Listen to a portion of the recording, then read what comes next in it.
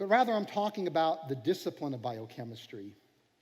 And for those of you who don't know what biochemistry entails, it's the area of science where the goal is to understand life at a molecular level, at its most basic foundational level. Biochemists are all about identifying the molecules that make up living systems. How are these molecules structured? How do they react with each other?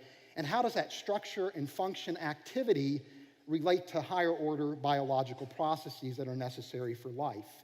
Again, biochemistry is about understanding life at its most basic fundamental level. And I can't think of a more exciting area in science than biochemistry. And I also can't think of a more exciting area when it comes to scientific apologetics, that is, using science as a way to defend the Christian faith, than biochemistry.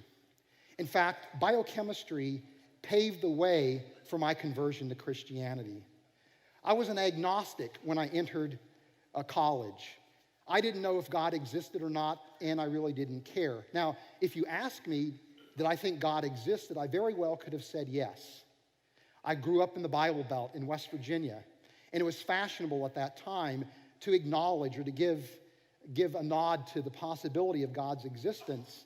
But in my heart of hearts, I didn't really know, and I didn't really care. What I was focused on as a college student was preparing myself to go to graduate school to become a biochemist. I was a nerd, I admit it.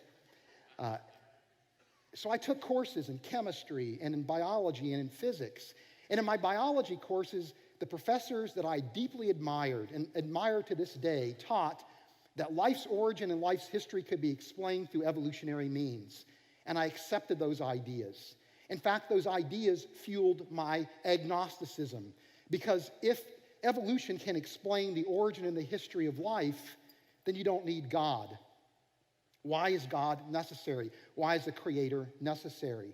In fact, just about a week or so ago, I did a debate with atheist P.Z. Myers on Darwin Day at North Dakota State University. Yes, it was very cold, outside at least, and it was hot in the auditorium. But one of P.Z. Myers' points, and I hear this from atheists who are in the sciences, that again, if evolution can explain life's origin and life's history, why is a creator necessary? I encounter so many people who've gone through biology classes where that message is communicated, and they, again, reach that same conclusion, that if evolution can explain everything, why do you need a creator? Have you ever encountered somebody like that? What do you say to them?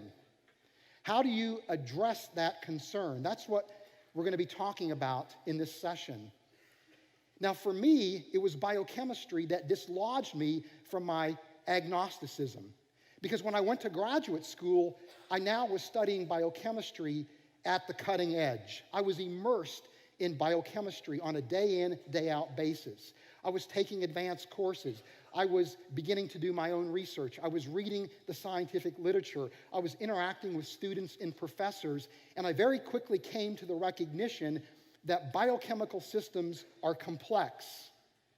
But it wasn't the complexity that impressed me. It was the elegance of these systems. It was the ingenuity of these systems, the sophistication, the beauty. Yes, there's beauty in science, as there is in art, in literature. And I asked myself, how do scientists explain where these systems come from? I didn't want a hand-waving explanation, evolution did it.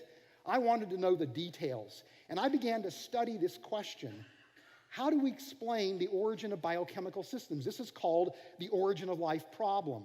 And I quickly came to the conviction that chemistry and physics alone could not generate the types of systems that you see in the cell. There has to be a mind that undergirds life, that brought life into existence. It was at that point I came to the recognition there had to be a creator. And once I became convinced that a creator existed, I was now open to the gospel. When I was an undergraduate student, I had friends who were Christians, and they would share their faith with me. And I would think to myself, this is the most ridiculous thing I've ever heard in my life. I liked these people. They were my friends. I felt sorry for them. But then when I came to the recognition a creator existed, Those crazy ideas that they were telling me about suddenly became ideas that I apprehended, and I responded to the truth of the gospel.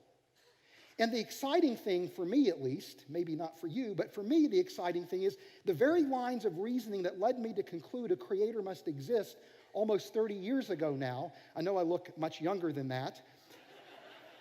But those same lines of evidence are the same types of evidence we can marshal today to make a case for a creator's existence, at least from biochemistry. And to summarize these lines of reasoning, just think of the 3 F's. F's aren't a good thing in school, but they're a great thing this morning. And those 3 F's are fingerprint, failure, and fashion. That when we look at biochemical systems, we see powerful evidence for God's fingerprints in these systems. Any attempt to try to generate and explain the origin of life and the origin of biochemical systems through evolution leads to failure, and attempts to create life in the laboratory or to fashion life demonstrates unequivocally the role intelligent agency must play in bringing about life. So let's go ahead and take a look at the first argument. God's fingerprints are evident in the record of nature. One of the things that I find really provocative as a biochemist is this, that the defining features of biochemical systems are identical to those features that we would recognize as evidence for the work of a human designer. Let me say it another way.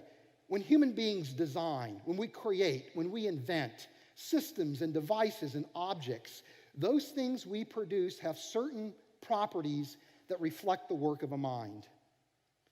And when we look at biochemical systems, they have those same properties as well.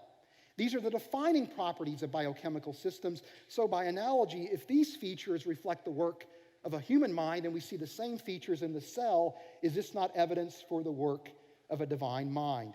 Let me illustrate this by talking about the information systems in the cell. Now, our common experience is information comes from a mind. If you drive through the Hollywood Hills and you see the big Hollywood sign, what do you conclude about where that sign came from? It came from a mind, did it not? And this is true no matter where we encounter information. It always, in our experience, comes from a mind. And it's provocative in light of that to note that at their very essence, biochemical systems are information systems. The 2 most prominent classes of biomolecules that are information-harboring molecules are DNA and the proteins. And these molecules harbor information in their very structure. That in and of itself suggests the work of a mind, but the argument is much deeper than that. For example, information theorists who study molecular biology have come to recognize that the way in which biochemical systems are organized in terms of their information content is identical to the way that we would organize language.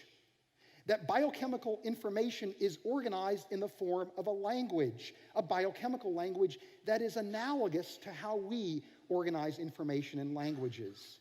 So it's not the mere presence of information, it's how it's organized, it's how it's structured. It's structured and organized the same way that we do it.